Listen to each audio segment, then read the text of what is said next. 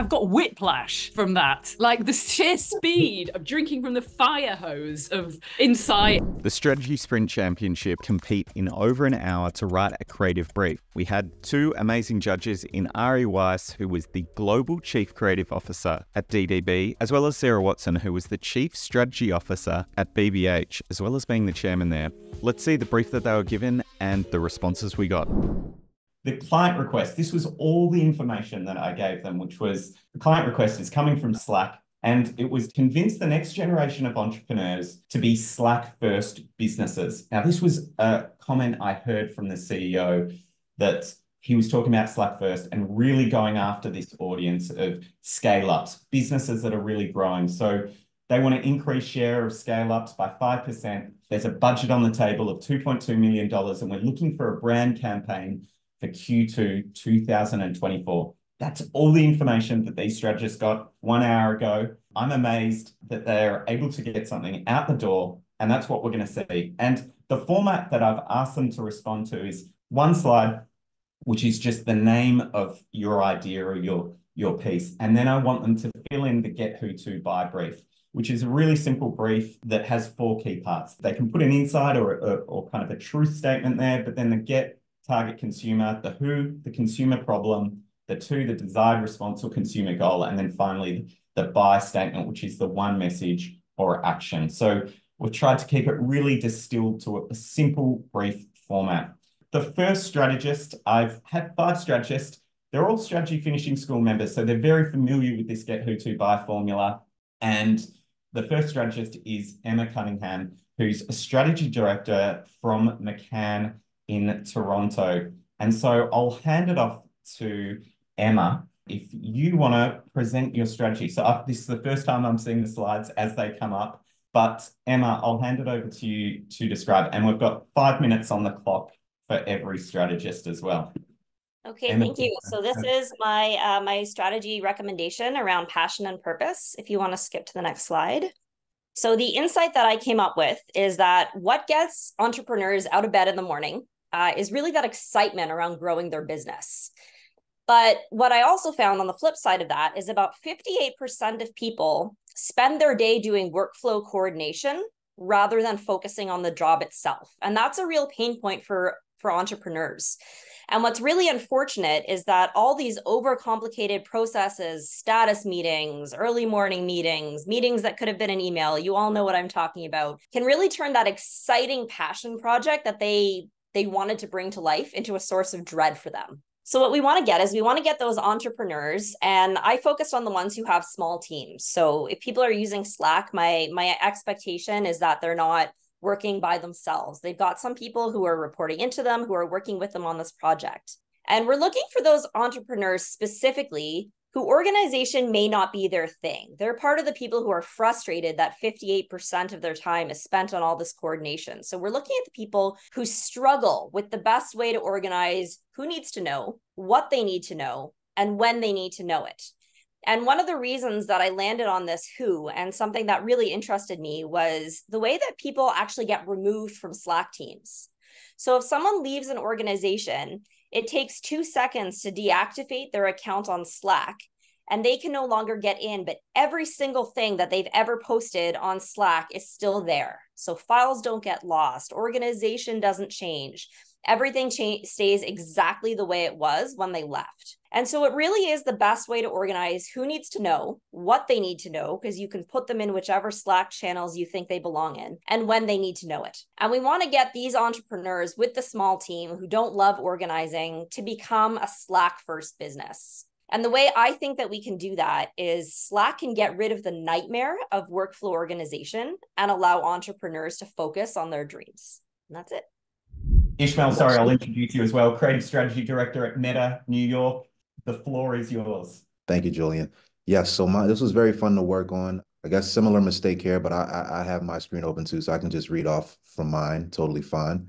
But nonetheless, I took a more of a fearless creative approach, in which I always do when it comes to strategy, more so wanting to be a bit disruptive in nature. And that's what you'll see here. So just as a setup, the way I approached this was kind of like laying laying the landscape of what's happening, for entrepreneurs and businesses across the world. And that's that we all have a different set of expectations. There's a required for more flexibility, and we expect the tech that we use to work the way that we want. And when you look at some of the other competitors, they kind of make you work on their terms. They make you work within their boundaries. And in some instances, their ecosystem of products has a lack of interoperability, and they're a bit rigid and not compatible with other systems. They don't necessarily give you a choice. But nonetheless, that's where Slack enters the chat.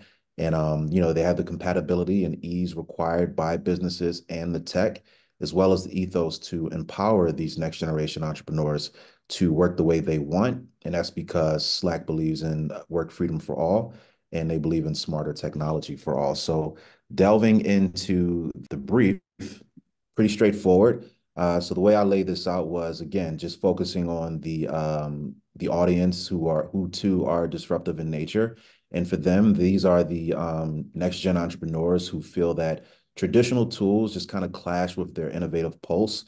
So the objective here is to get them to embrace Slack as a digital lifeline by showing them how Slack syncs with their entrepreneurial heartbeat. Thank you so much for that, Ishmael. Like that you kind of took that into the creative strategy realm. Julieta, you're up next, who's a brand marketing manager for Rebuy in Berlin. Exactly. So what I found is that issues like meeting jet lag and meeting inflation, so many meetings decreases productivity for companies, for startups, and that asynchronous work is the way forward to a Slack first work. So with those things on mind, the insight I found is like, facing early meetings feels like sending an avatar. Body is there, but brain, who knows? So I want to target those employees from international scale-ups who are working on different time zones and who hate waking up at early morning to attend meetings and suffer from that meeting jet lag, to think Slack will put an end to that endless quest for the perfect time for the meeting that everybody needs to be in. And by showing them that those meetings could have been just a Slack group. Love it. I love the term meeting jet lag. I'd never heard of that before, but totally makes sense there. Love it as well. Our next two strategists are probably definitely feeling meeting jet lag. The first is Maxton Gilchrist, because he's coming in from Australia. He's a freelance strategist in Brisbane, and I believe it's 3 a.m. in the morning that he's woken up for this and done this at 2 a.m. to 4 a.m. So appreciate that, Maxton. I'll hand the floor over to you. Awesome. Yeah, we like to party over here when it comes to strategy.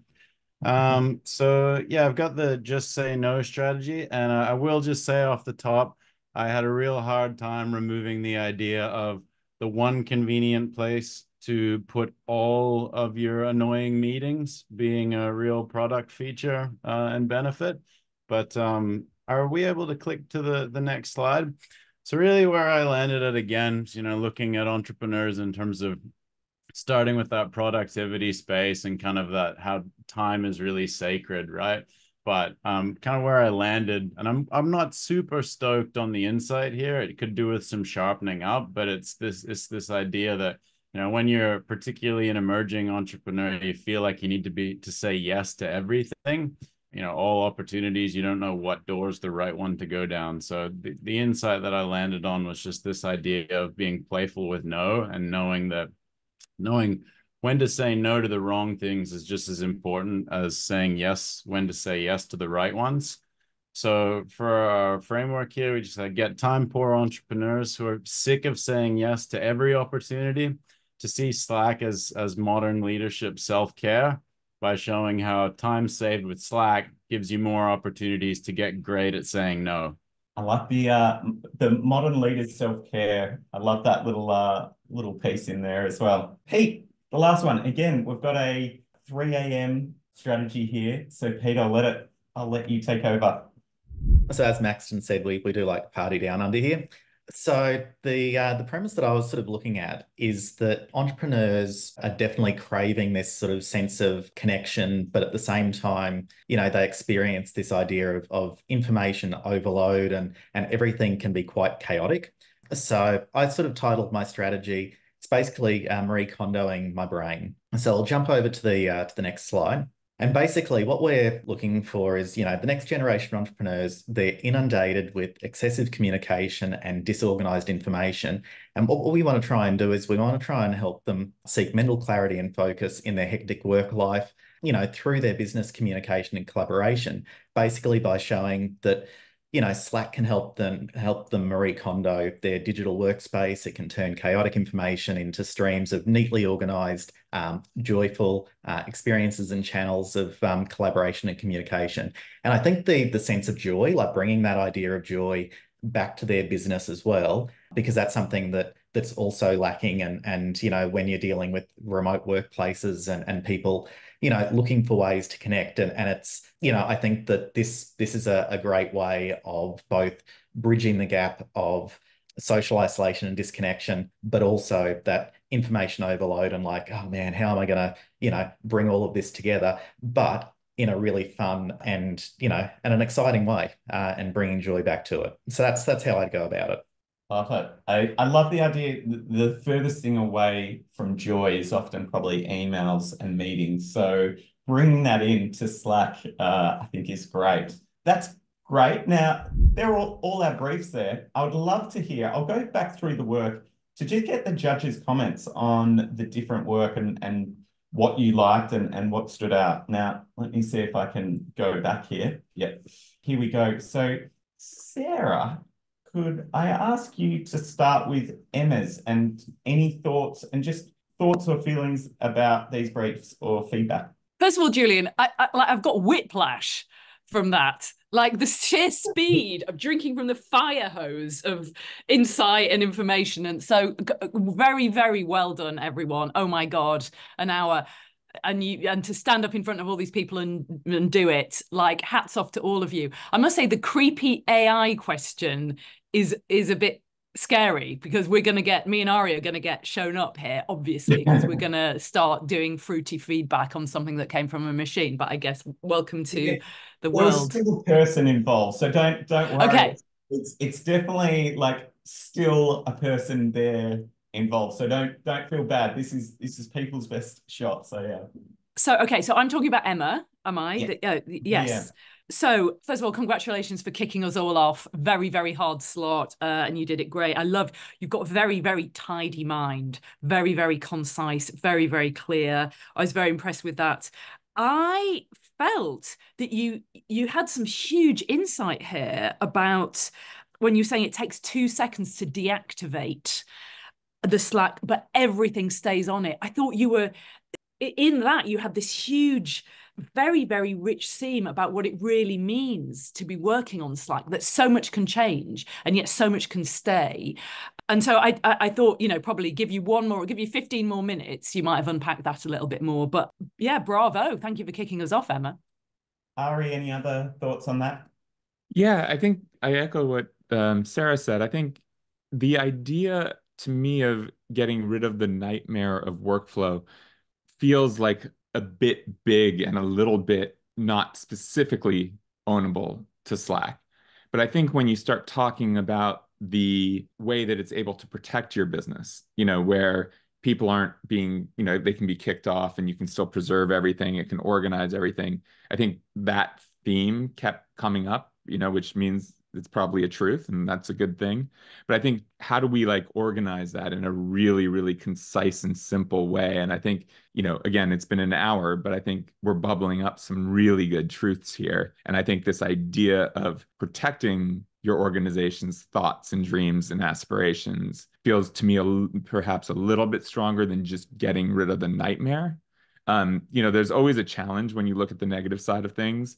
There's a lot of emotion in it, but you have to make sure that the benefit of the product is really clear. And I think in this instance, it might be stronger to lean into kind of the positive of that versus the negative. But just, again, in digesting in a whiplash 20 minutes, a lot of great thinking here. Excellent. I'll go on to Ishmael's strategy.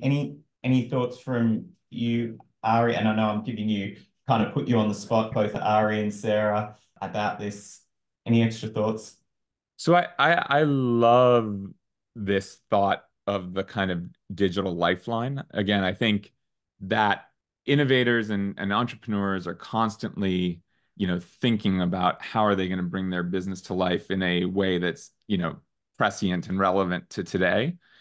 I'm facing this right now. I've just come out of a 10,000 person global network, and I'm going, if I could build this all from the ground up, how would I do it? And it's quite different. It's quite different than the system that I've been in for probably 25 some odd years. So this idea of, the entrepreneur's desire to innovate and a tool that can help innovate with them, really resonates with me.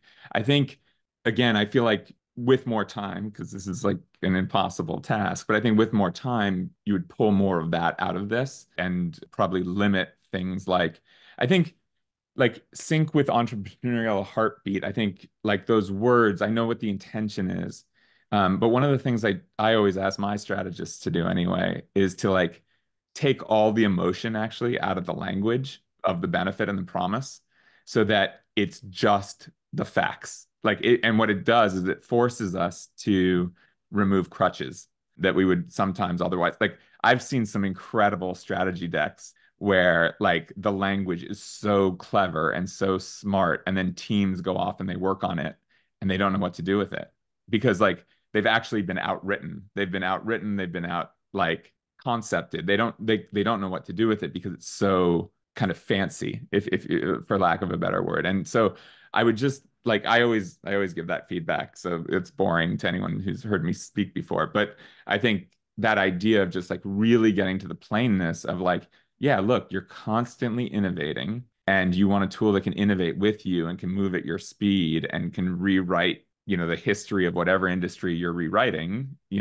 that's like exactly what you're looking for as an entrepreneur. So I think this brief for me, this insight for me, Ishmael, was really nice in that you really got into the entrepreneur's mindset, I think, which is fantastic. I think I would just add to that that I think you're the only person who really talked about the differentiation of the product, about how Slack, is other tools clash with their innovative pulse. So you really got into the business model of the mechanics of the product and why it supports this message. And I thought that was brilliant. Thank you so much for that. And I feel like I'm learning so much just listening to this feedback too, like that the nugget of just write it simple is such a smart one, and taking the emotion out is often we're seen to try to make it more emotional, but I love the idea of kind of taking it out and making sure you've got something there. Sarah, any thoughts on Julietta's that came up for you?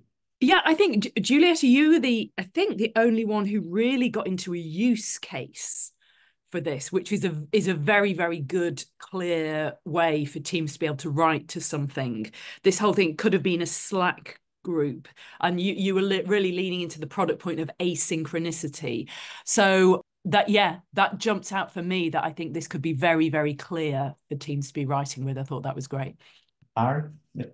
Yeah, I would just add, I think, everyone kind of jumped on the meeting jet lag thought, early on. And I think, you found a cultural kind of insight to me that is worth exploring too. Like, what are the real pain points, from a kind of innovator and entrepreneurial perspective? And this idea of pulling people together, from different time zones and this and that in a way that is much gentler, to the business, is a really interesting insight. So I feel like for me on this one, I would ask you, go away and think more about what's the real truth that sits behind that insight of making business today smarter and more efficient. Because I think you found the insight, and usually when you have a good cultural insight like that, if you peel that apart, you'll find the product truth too. So I think you're well on your way, and I definitely admire and cheers you for identifying that truth, because when you find those little nuggets of truth, they tend to be how we build strategies, very often. On to Maxton with the just say no, what you've got to say no to. Ari, Yeah, I think for me on this one, I was really nodding with you on your setup with the time poor entrepreneurs.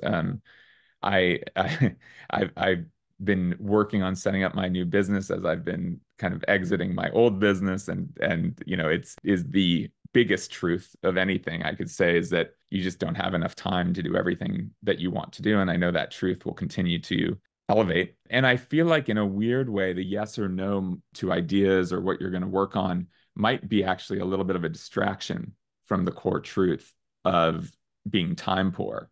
And that this product, and to be honest, I've never actually worked with Slack, but I know people who evangelize on its behalf. And it actually is going to be something we bring forward into our new business. But a lot of it has to do with how well it works, like how smoothly, how everything's kind of packaged together, how well it moves together. So I think this idea of hitting on the pain point that consumers have of being time starved, and this kind of helping be an antidote to that is a really, really powerful and simple truth that I wanted to kind of unpack a bit more, I guess. So just to talk to you, Ari, then about this in sort of real time, because this whole idea of modern leadership self-care, is that for you that takes it a bit, we're writing into the creative too much, whereas we could have been keeping it a bit more basic? Yeah, because I think for me, and we're gonna have a little therapy session here, Sarah and I. But like in being an entrepreneur, you've given up the self-care bit a little bit in the sense that like what you're in for. You know that you're making this your life to a certain, extent. So that's okay. But the time challenge is still always going to be there. And so I think that's the part that for me feels more honest or more valuable. And yes, creatively we might get to self-care down the road. Yeah. But I think you're right. I think just honing in on that like time starvation, and this gives you as much of that back as possible, just is the truth that seems very resonant. I must say, Ari, I wish you and I had this conversation 15 years ago, because I mean, I hope everyone realizes you're really witnessing a live masterclass here, which is, I think I am probably first up against the wall in the overwriting of strategy.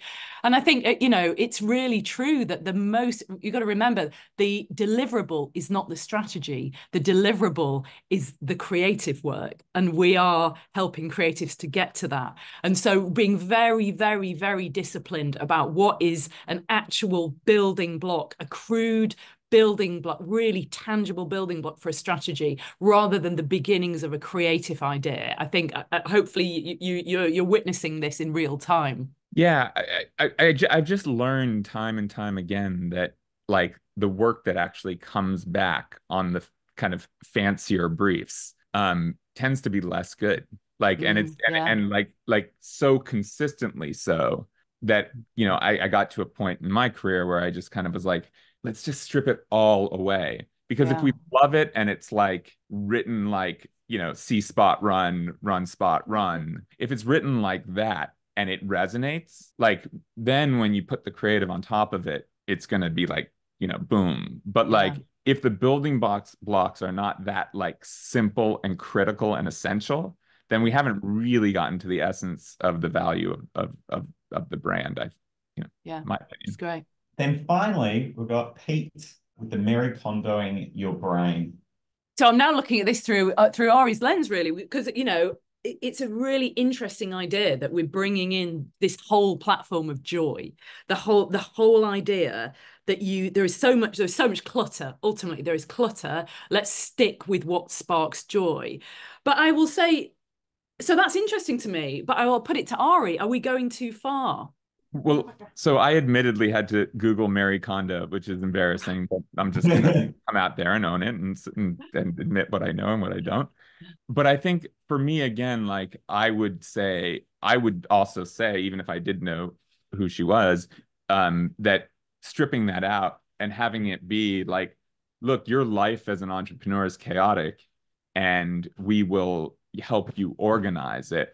That is, again, sorry that I'm pulling from my kind of most recent, realities, but that's what we do. That's what we do, and as creatives and as strategists, always. And I'm lucky enough to kind of have a kind of chief operating officer type person helping me kind of get this thing started. And like the minute I had that person helping me with this, it was like a godsend, because my thoughts are going all over the place and I'm a total, mess and creative mind. And, there's moments where it's organized and there's moments when it's not. And, everything's big picture until it has to be small picture. And like, so you're all over the place, right? And when you get something that helps pull everything together and just place it cleanly for you and organize it cleanly for you and let everyone that you're working with kind of work cleanly on that, it is such a like shoulders down, deep breath moment where you're just like, oh my God, like this could work. And I think this truth of being the organizer for me is very, very powerful. I don't think you need the Mary Kondos of it. Again, it's just personal style. So like, bear with me, because I'm sure I know that other systems love some nice flourish. So again, like, you're going to hear a lot of conflicting feedback in your careers. The trick is to take what works for you and leave the rest, because you're going to get it from all different sides. But for me, that's what I would do in this. I would pull out the Mary Kondos part, and I would just really lean into that feeling when everything is organized and the shoulder back moment that provides you as a new business entrepreneur. I want to tell you about the Strategy Finishing School, because that's where all these members have come from, and they've been members for a couple of years. I think Emma's about 3 years, 4 years now. And the Strategy Finishing School is for anyone who's a self-taught strategist. Now, before working at BBH with Ari and Sarah, this was my past. I came up through digital and social agencies, didn't have any confidence. When I moved to BBH, I had really bad self-imposter syndrome, really doubted myself. And it was only after working with Sarah and then also with Sunil, who was another boss there, that I got that fundamental training in strategy. And that really changed my career. And as you can see, the amazing advice you get from people like that. And so that's where I gained my strategy confidence, because before that, I was just kind of doing it all myself. And in the Strategy Finishing School, that's kind of what I'm trying to offer you, is that education. So in there, you go through the strategy fundamentals, how to creative brief write, research, insights briefing, comms planning, advertising effectiveness, and a whole lot more. The great thing about it is the videos are on demand, so you can watch them at any time. So if you're coming up to the Christmas break and you want to kind of binge and kind of come back a bigger and better strategist, this is the perfect time for that at the moment. On top of that, you also get access to the Google Drive, which has all the documents that I have kind of built over my 15 years of being a strategist. We're back. Okay, great. Who would love to hear who you have put as your winner? So we want to start by just saying the AI one is the winner. We don't know who it is, but we just think the AI one should be the winner. It feels very modern. It feels very modern. I'm kidding. We had a really nice conversation, and I'll let Sarah go into some of the details. But what kind of happened is we started in one place, and as we spoke, about each of the individual insights and strategies, we started seeing different merits, obviously in all of them. So, I do just want to start by saying, like, really great thinking on such a quick turnaround. And I think even as we started discussing it more and more, the merits of each one of them became more and more obvious and valuable. And I think, if we were in an agency right now, we would probably tell you all to go back, with this feedback and come back, a week's time or a couple days time and kind of show a more robust, revised version that really gets at the essence of each of the thoughts.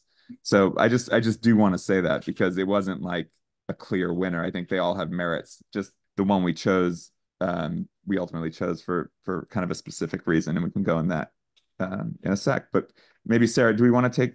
Yeah, I think we fed this a bit back in the moment about how there were some really great insights in here, but I think they just need to ferment a little bit and come out a little bit more. Ari, what else were we saying? I think one of the themes that came up in this one, and I think one towards the end as well, was just this idea of organizing and the need for small business, to be organized. And that felt like a really nice and simple, strong truth, right? So I think really digging into that a little bit more, and like, how does it organize? What is the value of organization? What are the, why, if I'm leaving something and now going to start my own thing, like how important is organization? And I think there's a lot of emotion to build on with that truth. So I think you've identified like the core tenet, but like, how do we put more meat on it to go like, this is why it's so unique to Slack, and this is why it's so valuable to you, But I think the nugget of organization here is bang on. Okay. And we'll go through them all, and then we can yeah. Winner. So then Ishmael, yeah. So I mean, we fed back a little bit at the time about how that you got to the differentiation of the products. The thing that we were talking about, we did really love this whole idea that, people who feel traditional tools clash with their innovative pulse, and how Slack is really built for a modern organization, and how a lot of the old tools really are built in a way. When you're buying your system, you are buying a vision of how a business works. And if you're buying it from the old guys, you're buying an older vision of how a business works. And here you are buying a new vision of how a business works. And we're very taken with that notion. Yeah, I mean, at its core, every entrepreneur is starting their business because they, in some form or another, believe there's a better way to do something today than there was yesterday. And so that truth and that simplicity, like I'll never repeat that again because I won't remember it, but I think that essence is like exactly kind of what is the strength of this thought. And so, this idea of, build it for today or build it for tomorrow, not that language, but the truth of like, you're doing this because you want a better way. And this is, you want whatever systems that you build your business with to match that ambition. That feels very, very strong. Excellent.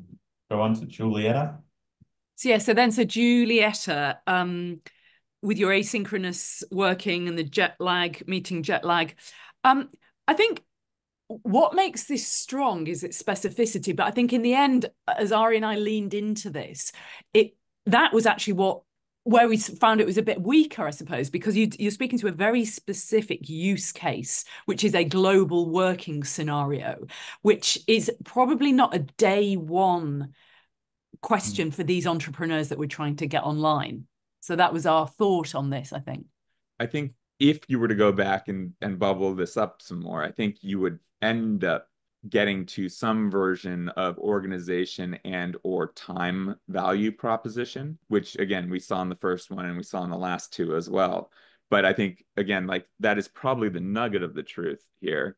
And I think you would get to that, with some further refinement. And then also, what would we put around that would make it, a little bigger? Do you want to talk about Maxton, Ari?